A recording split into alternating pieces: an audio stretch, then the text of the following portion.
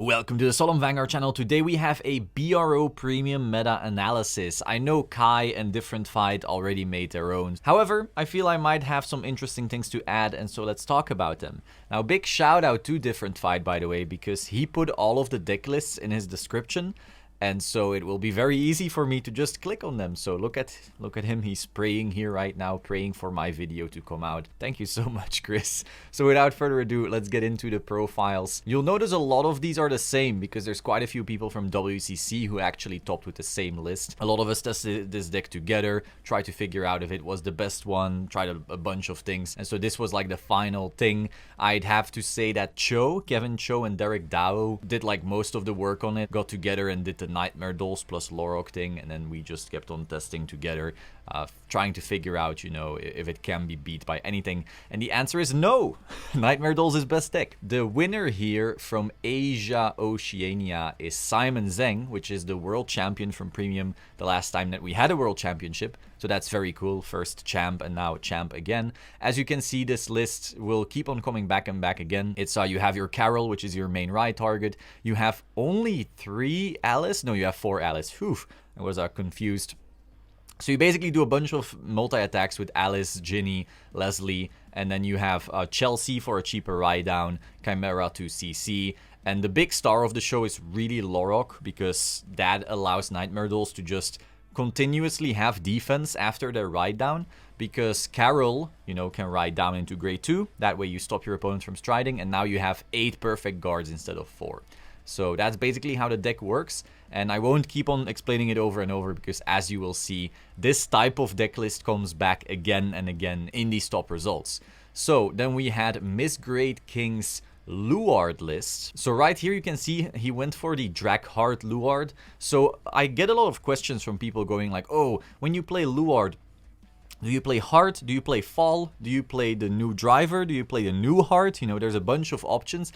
And I always say they all have their pros and cons. And you will see that as well. Luart topped a fair few amount of times. And always with different ride targets. So Luart can actually be boiled down to Dagda, your multi-attack extender, plus Morfessa. If you have that, you probably have a Luart deck. And then everything else you basically need to fill in. Why am I running a given card? If you're playing Dragheart, you can actually play a bit of a slower game, because you are able to send back grade 1s, 2 per turn, which means you won't run out of them. And also, his on-stride can call 2 grade 1s from deck. So you're actually able to turbo to Ritual very easily without necessarily running the mill cards like Espada, Dark Pride, and to a lesser extent Morian Spear. So as you can see, it has the Belial Owl, it has the Fodla, it has the Old Swordbreaker. This list, in my opinion, is more controlling, a bit slower. It can turbo to Ritual without, you know, brute forcing it by milling it. Next we have Kitten Pan's Narukami. So this is a Vanquisher list. It's interesting, we actually tested Narukami with WCC and we figured Eradicators were the best of the two because they have like a stronger grade 2 game. They have, I think, 4 or 5 cards that are incredible on turn 1 and 2 already, whereas Vanquisher tends to only really push hard on their 3 turn. As you can see, a lot of these cards, they're all attack extenders on turn 3 mostly.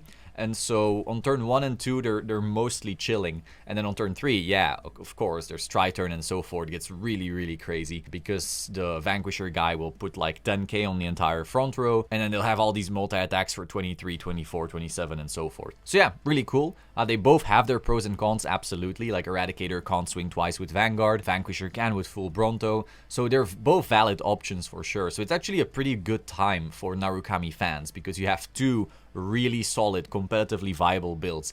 Before Stunverse, this guy right here, that was not the case at all. Then we had Gabriel Teo with Highlander Bermuda Triangle. Out of WCC, almost no one actively played Highlander, except for me, I want to say. Most of our members are like, it's not that good, and I was like, I think it's pretty good. The only problem is that this deck kind of sucks when it doesn't draw a Kutire. So if you haven't played Highlander before, it's essentially you get this girl that might as well read grab anything you want from your deck. And so you grab literally Aqua right here, and then Aqua bounces her back. And then you get to use her again. And then you grab anything you want again. And it's probably going to be Akari next. So you have her, Akari. And then she bounces Kutire back, and then use her again. So now you search for what you need again. So next will be Aina, so you grab Aina. You place Aina, and together with Aina and Kutire, she gets Harmony, so you use Alk to bounce back Kutire. Now you get to use her again. And so you basically spam this Kutire to keep on thinning your deck and adding pieces that then set up like incredible kill turns. Like you can have, which gives you an Excel marker, which is the only way Bermuda has access to an Excel marker like that.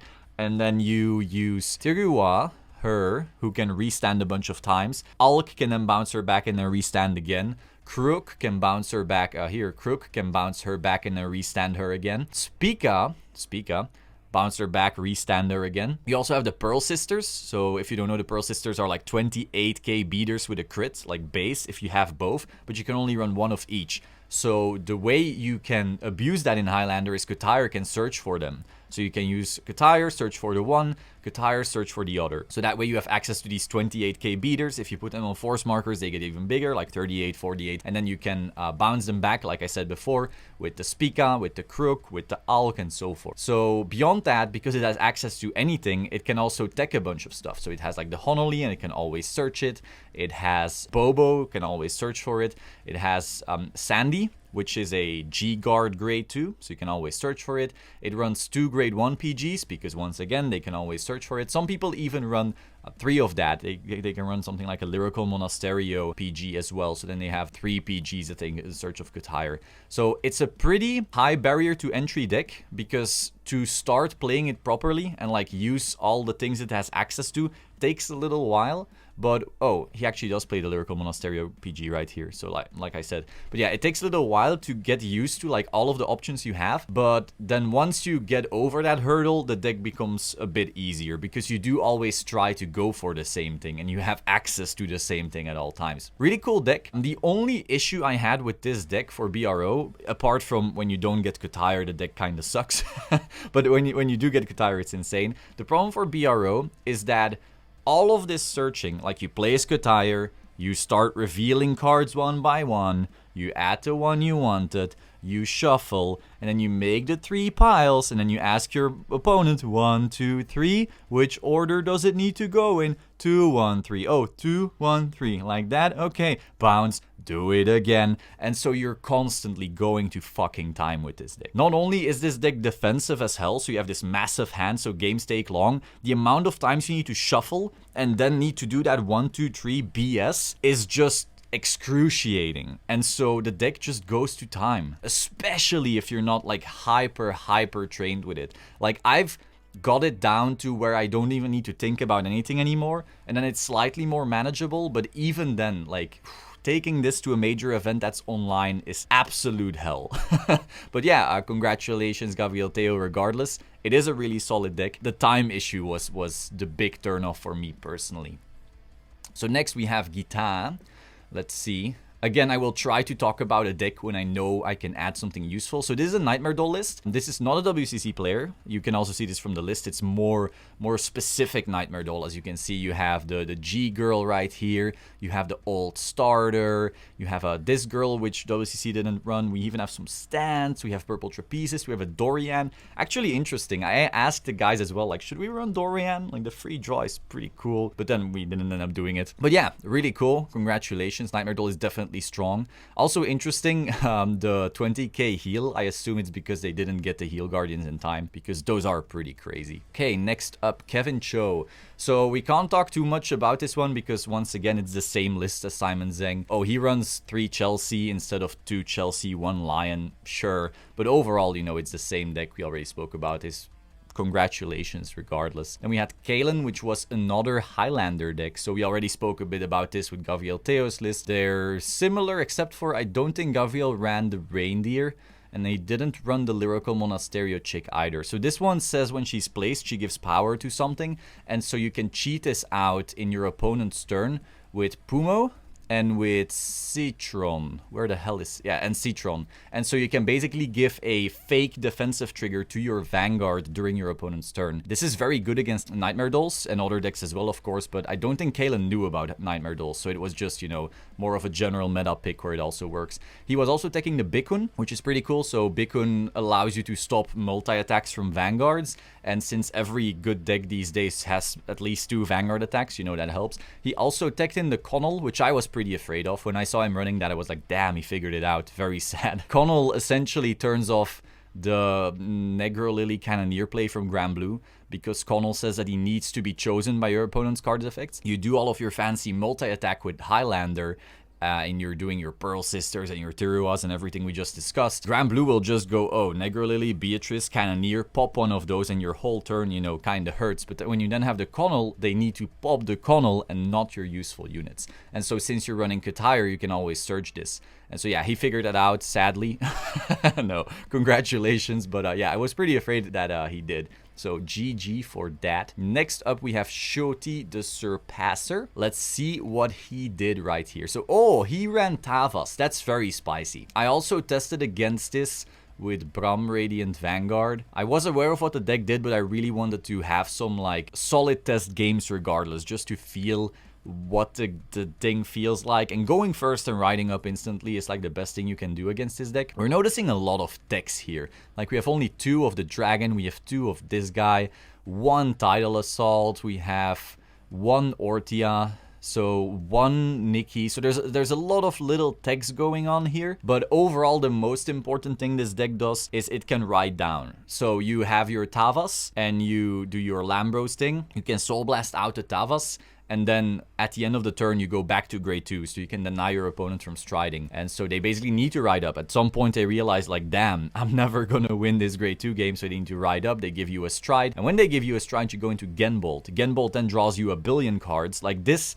is probably the deck that builds the biggest hands the most easily. Builds a giant hand, you live through anything, and then you can go into something like Alexandros, which gives you a lot of big, crazy multi-attacks. Apart from that, they run the Olbaria over trigger, because you can then put that power on those restanding units. So you could have something like Alexandros, Tidal Assault, Tavas, and then Tidal Assault and Tavas, they just attack rear guards or something. They don't use their restands yet. You swing with Alexandros. If you then find the Olbaria, you put 100 million on the Tidal Assault and the Tavas. So now you will have 4 attacks of 100 million instead of 2.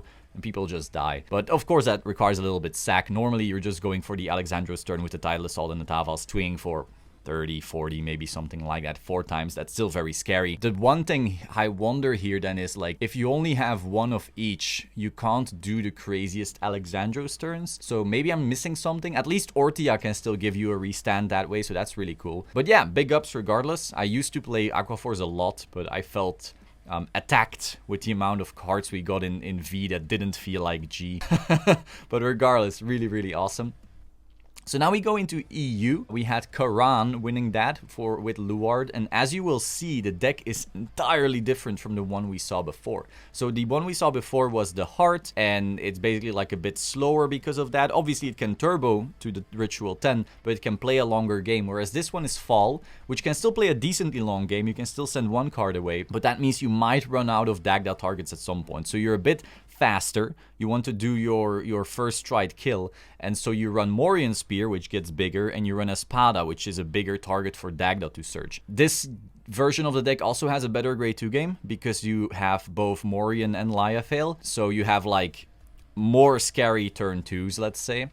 We also see 4 Branwen, which I'm a really big fan of, because if Luart misses its grade 3, and it can because it doesn't run many, it auto loses, duh. And so because of Heal Guardians, you no longer can actually search for your Luarts that easily. Back in the day, a Luart player would be like, yeah, I run 4 grade 3s, and if I miss it, I just G-assist for it. Kind of a shitty plan, but it's the plan we all stuck to.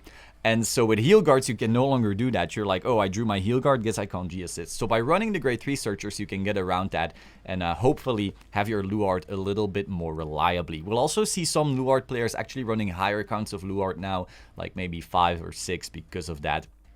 But yeah, overall, this list is pretty solid. He's opting for only 5 stands, and I think the previous one only ran 4.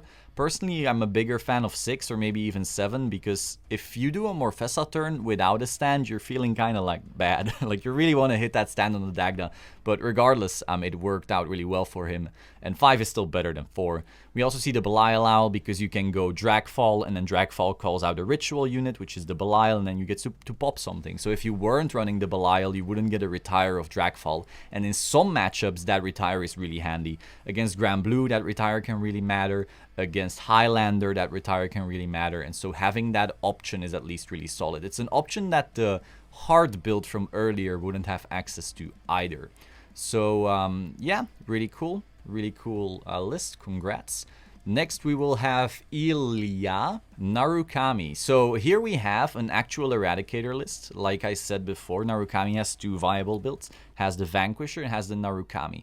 The Vanquisher again pops off on turn 3 or 4, whereas the Eradicator build has a slightly better turn 1 and 2, so that it's popping off on 3 and 4 doesn't have to be as strong anymore. So the cards that we then think of course, are first of all, we have our Cho'o for multi-attack on turn 2, but more importantly, this guy. This asshole can start with like binding stuff so early. And if you let it hit, they start drawing and binding. And, oh, it's so good. Then this grade 1 filters your hand more. They also run the grade 1 Eradicator PG for this reason, because they can literally just, you know, start looking for those PGs that way. We also see Unruly. Unruly is like a Denial Griffin Interceptor type of thing, which is really strong and only Eradicator has access to it. Toby from WCC actually ran this as well, and it's a very scary card. And then this person chose to also run Koenshu, which is even more of that. So this build has like a lot of Denial Griffin-esque plays, rather than being that hardcore into the grade 2 game aspect of it. And of course it has 2 G-guards that also work kind of like Denial Griffins. So yeah, it's very defensive and interrupting, more so than the build that I and Toby had in mind. But regardless, he topped, well done. So then we have Dave, which is another Luart player, and I actually lost to him on stream because, and this was very sad, I got stuck on grade 2? No, on grade 1 for 2 turns. So whiffing G-assist twice, and he just strode on my grade 2, and obviously then I just died because it was an Ezel Luart deck at that point. But regardless, he then went on to do really well in further Swiss rounds and top 8, so congrats regardless, very well done. So we see here, like I said before, we have all of these different Luart options, and he goes for yet another one. So we saw hard topping, we saw fall topping, and now we see the driver and the V-hard topping. So you can see all the Luarts have their pros and cons, and they can all work, whereas the other two, the hard can play a really long game because it can send back 2 grade 1s, fall can play a slightly longer game because it can send back 1 grade 1. This can't send back any, but it creates force markers, so it has way bigger, stronger Morfessa turns than these other two. So they need to win a bit quicker, because after 1 Morfessa, or maybe 2 if they get lucky, they're out of grade 1s in deck. Then the only grade 1 they can still use is the Ezra's. The Ezra's goes back to deck with their own skill, and then Dagda can call them out again. That's all. So they can literally run out, and that's it for them. But because of those force markers, they usually are actually able to close out a game that much quicker. So as you can see, he runs 6 Luarts and only 2 of the Searchers. So, you know, he doesn't need to Searcher as badly as another deck maybe, because he runs the higher count. We also see the tech where he plays Blaster Dark and Damp Hood, so then the main can actually always search your right target, and Blaster Dark is still a really solid right target. We also see the Morion for a stronger grade 2 game, and of course, because he's running the V Luarts, of course he wants that aggression. If he doesn't close out the game quickly enough, he's out of search targets on Dagda. We also see the 3 Espada, so it can also search for the Morion if it gets a little bit lucky, but otherwise it just mills, so you have like a quicker drop zone setup, so you can do your Ritual 10 without Heart, which sets it up a bit more easily. So yeah, overall, we also see the Fallen Dive Eagle, which I don't recall seeing on the other two. So if you're going up against a deck that can do like scary rushes or something like that, you can always in the main into a Fallen Dive, which is a free PG on rearguard. So as against Ezel, this might be pretty good. Against Regalia, this might be pretty good because they could have a Norn against the rearguard, and the rearguard might get big and so forth. So yeah, really cool tech. I run that in my deck as well. So yeah, big up, and let's go to the next one. Next we have Kelvin. So we have a other WCC player, this one also running Grand Blue. We're both, let's say, the Grand Blue fanboys of WCC. Also picked entirely different lists. So as you can see, Kelvin is playing more of a Nitros build. In Grand Blue, just like in Luart, you have a bit of a freedom, let's say, in what you choose as your grade 3 ride. Nitros is more of the aggro build, because you ride up and do just these crazy multi-attacks with Skull Dragons or Ghost Chips and so forth. Whereas Beatrice is more like controlling, a bit slower, tries to set up a stronger, bigger hand to then in the late game do bigger plays. So as we can see here, we have the 4 Nitros and the 2 Bia, whereas others might play 4 Bia, 1 Nitros, or 3, 2, you know, it can vary a little bit. Now we also see Mistoff right here, which basically limits the size of your opponent's hand, and you can call this out in your opponent's turn. So you can go like Negro Lily into Beatrice into Mistoff, and then your opponent needs to discard their hand at the end of the turn until they have 8 cards in hand. So against other Grand Blue decks, against Highlander, that's pretty cool. Other techs that are interesting in here is Bell. So you can go against Narukami, they would, you know, start binding your drop zone, and Grand Blue then just loses automatically. At least usually, not always, but so then Bell puts that back in, and now you're like, well, guess your Thunder Strike is at 0, good luck. Beyond that, he's also playing the Dancing Cutlass, which can bind itself to then start countercharging, and so since you're binding, Bell can then send it back, so that's a little cool interaction. And as with all WCC lists ever in this format, we also see the 3 Rollock. So that's going to be something you'll see. Basically every WCC list, whether they're running Nightmare Dolls or not, is running Rolocks, because it's just really good in this format where there's grade 3 turns that are super aggressive. They just ride up, they have like Regalia, Overlord, Ezel, Nightmare Dolls themselves, just the sickest ride-ups with aggression, and so to kind of slow that down, the Rollock is really instrumental in this format. Congrats, Kelvin. Then we have Benjamin right here. I don't remember what this deck was exactly. Oh, it's Nova Grappler. So I'm gonna be honest, I suck at Nova Grappler, so I couldn't tell you what all of these decks do. So I'm just gonna let you look at it, figure out your own thoughts, because I barely know what these cards do. This deck is such a sleeper. It's so rogue. Very few people know what it actually does, and that includes me. So it can be very scary. I remember testing hard for it when Premium Collection 2019 came out. When we won BCS Cardiff, a lot of people were thinking that Nova Grappler was going to be a big hit, let's say, because Bustard is so scary. And so we did end up testing a lot for it. Its biggest weakness was that it couldn't play a grade 2 game back then, and so Luart, OTT, and Neo just ran all over it because they just had better grade 2 games. Now that kind of changed. They have some better cards. They also have a stronger ride-up, and so now the deck is actually better than back then, while still having that Bustard. But because no one really pays much attention to that anymore, it's kind of like a sleeper, but it's still really solid. As you can see, it topped right here. So yeah, congratulations, really cool deck. Then we have Mohammed right here. NLK Barrow Magnus. So I also played around with this deck, and it's actually pretty scary. I had a similar list to this one. So you have your NLK. I think by now everyone knows their NLK loop, right? You know, like you ride up, you have your 13 soul, you start riding with NLK, Assassin goes back in, but the difference now is that you ride into your Barrow Magnus rather than riding into NLK on that final attack. And so what that will do is, instead of having an NLK that swings for like 52,000 with a crit, you get a Barrow Magnus that swings for slightly less. It's like what? It gains 10, so it's a 23. And if you boost it with an Assassin, it's a 43. And then it has an extra crit, so it has 3 crit. So it's slightly worse as a Vanguard, but then, and this is really important, it calls out 2 rear guards.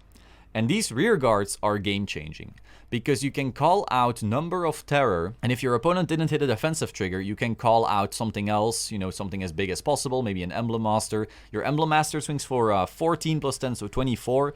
Then your Assassin comes back out, attacks for 20 again. Your Number of Terror attacks for 32. Sucks in the Assassin, you draw 2 cards. Assassin comes back out and swings for 20. So you have like these crazy multi-attacks at the end of your chain, and Number of Terror also drawing you cards whilst letting you reuse the Assassin. And to top that off, you can also call out Hope on Damp with Number of Terror if you have the 20 soul. So then Hope on Damp is going to say, hey, if your soul is 20 or more, your opponent needs to guard exactly with 20,000, or he can fuck off and can't guard. And that's a crazy guard restrict. Also, because everyone is cutting their 20k heals for 15k heals, almost no one runs 20k multiples. So you need to be carding like with 15 and 5. And if you are swinging for, let's say, 32, and your opponent is sitting at 9k, let's say, so then you're trying to add 20 to 9, you're sitting on 29, but the 32 hits over that, so now you need to guard for 49 just to guard the 32, stuff like that. So it's a really crazy deck when it reaches like all of that. But obviously it's a bit greedy, because sometimes your deck just falls apart before it gets to do that. The biggest weakness with this whole game plan is that because you have heal guardians, you actually have a lot of grade 3s that you don't want to ride. And so the old NLK deck didn't run grade 3 searchers at all, because everything you ran needs to soul charge, because otherwise you don't reach 13 soul by turn 3. So you have all these cards, like you have 2 Barrow, 4 Number of Terror, 1 Hope on them, 4 Heal Guard, and you're like, if you don't have an NLK in hand, and you have any one of these, you can't even G-assist into the NLK, and you just flop over and die. So for that reason, I started running the grade 3 searcher, Kevin Cho started running the grade 3 searcher, Saram here started running the grade 3 searcher as well, because if you miss the NLK, the deck just flops over and dies.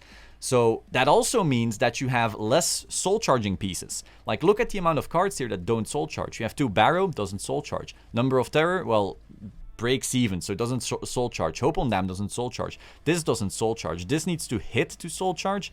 Yeah.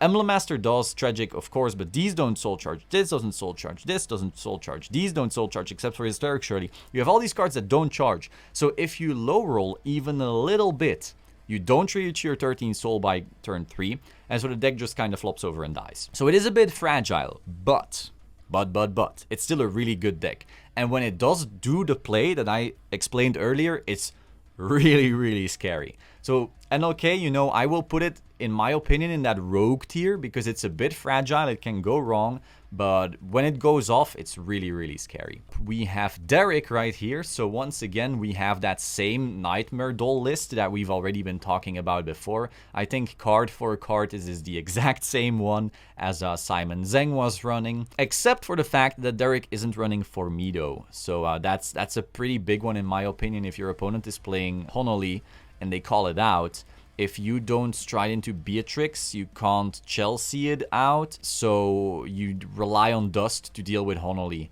Whereas if you have access to Formido, you can at least, you know, blow up some shit. And if you don't have Chelsea in hand, you can't even do the Beatrix play, so be aware of that. We spoke about this before, and he's adding the Formido now. So that's an important one, but regardless, of course, incredible deck, incredible player, congratulations.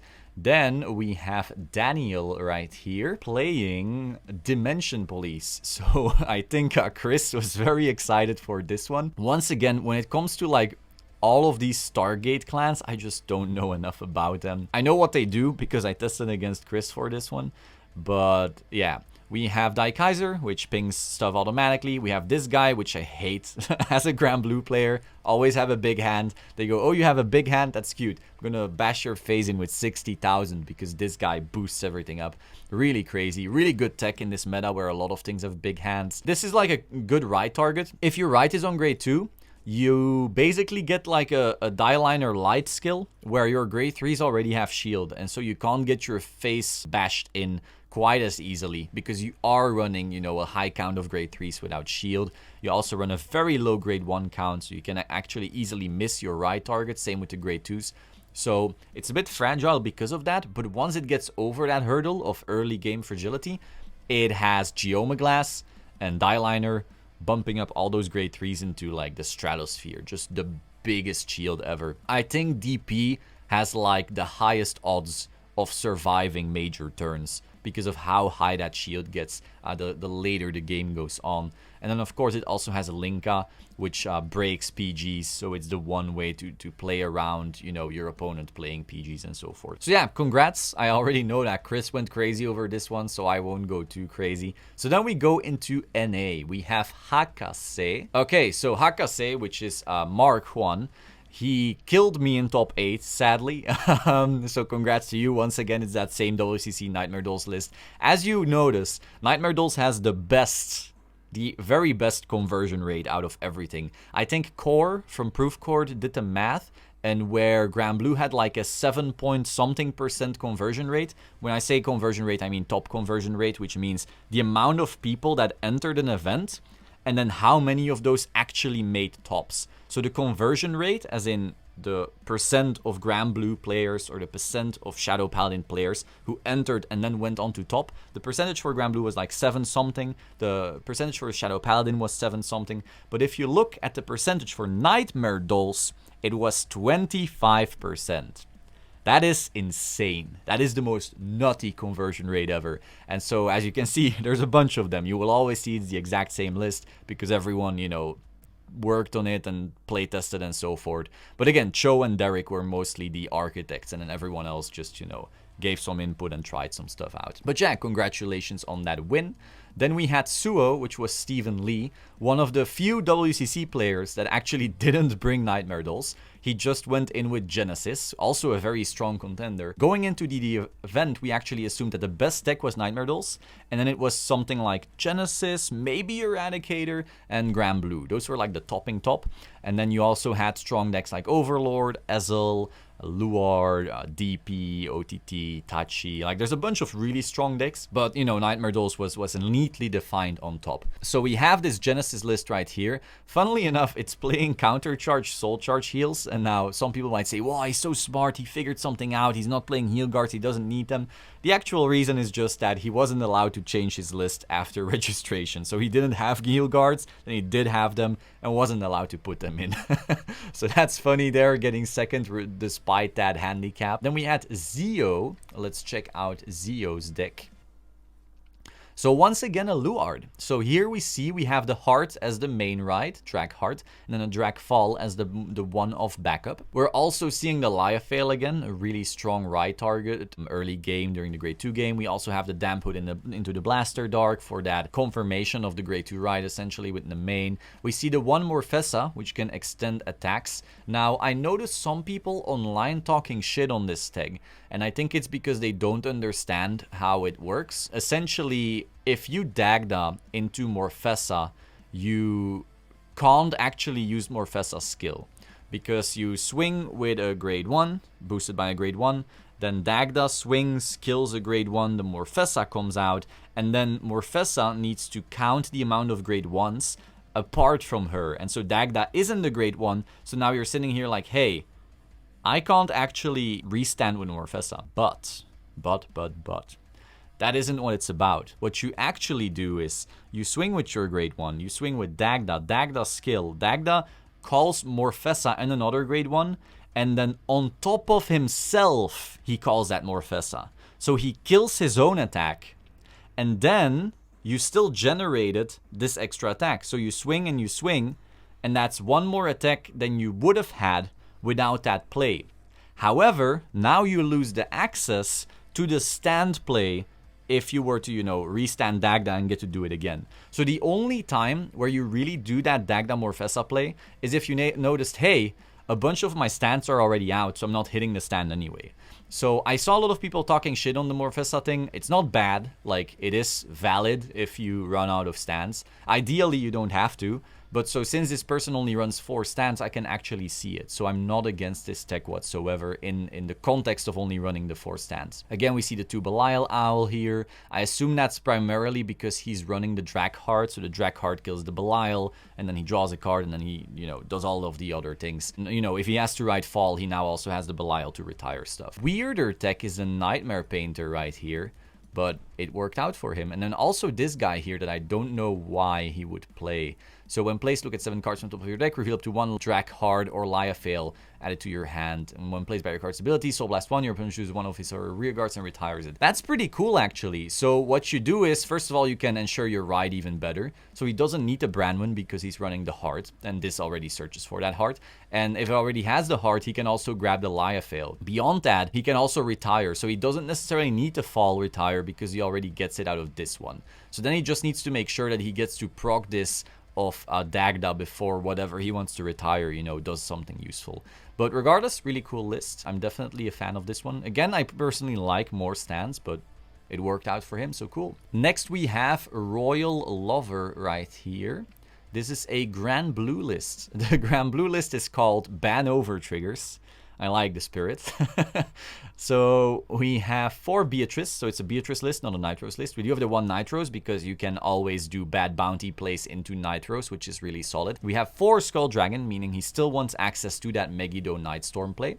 We see 4 Columbard for Greed Shade, alright. We see the Urula, which was a really cool tech. So essentially you can place this behind the Nightstorm, and then the Nightstorm can't be chosen by card effect. So if your opponent wants to do the Nile Griffin, or he wants to do the Lily Cannoneer play, or he wants to do the Harry play where he shoves that into Soul, he wants to do anything to that Nightstorm to disrupt your combo, they can't. Urula stops it. There's a few more things Urula can do. I explained that in my own deck profile. Go check it out if you are interested in that. But that's the primary reason people are running it. Then again, we see the Bell to nuke Narukami.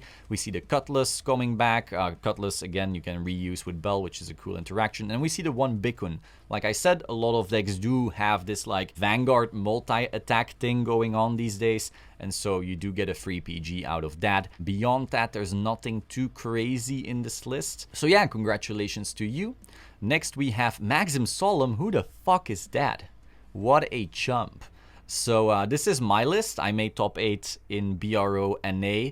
This is a bit of a different one. Let's not spend too much time on it because I literally made a 1-hour deck profile. So if you want to see the full explanation, you know, go check that out. It's the university course on Grand Blue. So we have the 1 Night Mist, which a lot of people, you know, excited about. You can do some crazy multi-attack stuff. It's basically the highest power ceiling turn that Grand Blue has access to. Then we have the 10k bodies here to ride against certain matchups, really impactful. We have the 3 Tommy, which can search for Heal Guardians or your ride up. We have the 3 Rollock. Like I said, everyone in WCC was basically running these. We have the Water Spout Jin, which is a CC PG because you can then do more Lily plays in your opponent's turn. Also, you have more CB to then do the full Night Mist attack loop, crazy stuff like that. We also have the 1 Honolly, which, you know, depends on a few matchups. But yeah, overall, if you want the full explanations, go check out that deck profile. Next up, we had Chalice. I think there was a lot of Grand Blue, specifically in North America. So yeah, again, we have 3 Nitros, 2 Beatrice. So like I said, you can, you know, depending on what you're hoping to do you want to go more aggro or more control, you can play more or less of either of them. So we had Kelvin playing the 4 Rose and the 2 Bia. Then we had me playing the 4 Bia, the 1 Rose, with someone else doing the same. Then you had this person playing 3-2 and so forth. So you can have all of the options. And we have the King Serpent here, which means you can basically do the Obadiah Revive for free. So that refunds that CB, and then the only other CB you're using that turn is a Nightstorm, and then maybe Cannoneer if you want to do that. Apart from that, tech-wise, we see the Stoichea PG, which can sometimes be free, so that can be relevant. You can also Negro Nora, that Stoichea PG out, and then that way sometimes, you know, barely survive a really big turn. So that's also a reason to run it, just to randomly have that free PG out of nowhere. Beyond that, nothing too crazy. Oh, he plays 3 Ripple Banshee. That's quite a lot. Not a lot of people are going that far, but it makes sense if you look into the context of having 3 Nitros. So he might actually do the ride-up play and then start reviving, you know, Ripple Banshees and so forth, and have the soul for that as well because of those 4 Rough Seas Banshee that he's running. So yeah, congratulations. Then we have Noto. This was actually my 1 loss in Swiss in NA. Everything else I won. Noto has a really interesting list, but that's, sorry, not the primary reason I lost. The reason I lost his game was because Grenache was in damage, and so I couldn't CC, and he had a really big hand. So then you need to play a longer game, but you can't play a long game without CB. But regardless, he does play some really spicy tech. So we have the Violence Franger here. Against Grand Blue, it kind of sucks in the sense that they have the Nora, so they can guard this anyway. But against certain decks, this Franger can just randomly win out of nowhere. We also see the Urula, the Serpent. We already spoke about that. The 1 Navigator, so if he wants to do like quicker mills and do a really quick game, he can. He's also playing Quincy, and Quincy can send back over triggers. So if that's something you want access to, you can do that as well. The more interesting play, however, is to make yourself not deck out, which he did against me. So that was pretty interesting. You can do that if you want. He's also playing the Tier still, which is very interesting. He's still playing the Cyclone. So while Tier got worse without Cezanne, It's still an option. You know, if you think you're going to play a slower game, you're able to gradually flip open those cyclones and use the tier to start CCing. He plays 2 bone as well, so he will usually have a bone to do the tier play. Also playing this order, which gives a crit and power, so you can randomly give a crit and power to the Franger, which makes the Franger a bit scarier. Again, against Grand Blue, it doesn't really matter because they have the Nora, but against other decks, it can be like, oh damn, that's a Franger for 40k and a crit, guess I die. So yeah, it's pretty spicy, it's pretty fun, a few really cool techs, congratulations. And then finally we have King Udon, I think another Grand Blue, was it another? No, an OTT, oh that's spicy. So we have a Magus list right here. Magus basically has Amaterasu and Calico combo. If you don't know what that does, basically you use Calico, you search 3 Amaterasu, this means you reveal them, so your Vanguard now gets 30k power and 3 crit bonus just like that. So if your opponent can't PG that, it's GG, they just get blasted with like 4 damage in one go. If you add even more crits because of reasons, well, good luck. Beyond that, you also have Fusili, who adds drive, so it might be like a 60,000 Vanguard with 5 damage, and then if they go into Momo, they're swinging twice with that. Very, very scary stuff. We also still see the Silent Tom, so if he wants to do that on an Ichikishima turn, he can just randomly, you know, crit you out of the game. And we also see the Lorok, so, you know, some people were aware of this deck, able to survive some of the quicker decks out there, and then randomly beat them with the massive crits and so forth. So yeah, really interesting. Only 2 Calico, so he doesn't really depend on that play that much either. And we also notice, as you can see, just a shit ton of crits, because the goal of this deck is sacking those crits, and not necessarily sacking because he can stack them with the Magus cards to then just, you know, one-shot your way to victory, let's say. So that was essentially the BRO premium meta. As you can see, it was incredibly diverse. Like, there's a bunch of decks that top 8'd, a bunch of really spicy techs and random stuff that no one saw coming. I think it's pretty clear that Nightmare Dolls won. Nightmare Dolls is basically the strongest deck, especially because we saw, you know, the same list just coming over and over again. Some people could argue that, oh, Grand Blue topped so much. Yeah, Grand Blue is a solid deck for sure, but it was the most played deck in all regions. So because of that, naturally, it's also still going to top a fair bit. Strong deck, absolutely. I personally put it in the top 3, but Nightmare Dolls is definitely the strongest one. And then we also saw Luart doing really well. But again, Luart was the second most played deck. So I want to say, because of Springfest, people were seeing, oh, okay, all these loop decks are gone, so what is left? And then they started concluding, we have the Grand Blue, we have the Shadows, we have the Overlord, and then people went from there. But as you can see, you know, there's even more out there, so you want to be aware of that. The format is wide open. It was really, really exciting. It's a really cool format. If Nightmare Dolls didn't exist, it might be my favorite format ever. But, you know, even that matchup I actually really enjoy playing. Like, trying to solve that matchup was also really, really cool. So yeah, hope you found this interesting. Be sure to like, comment, subscribe, and I will see you soon. Ciao.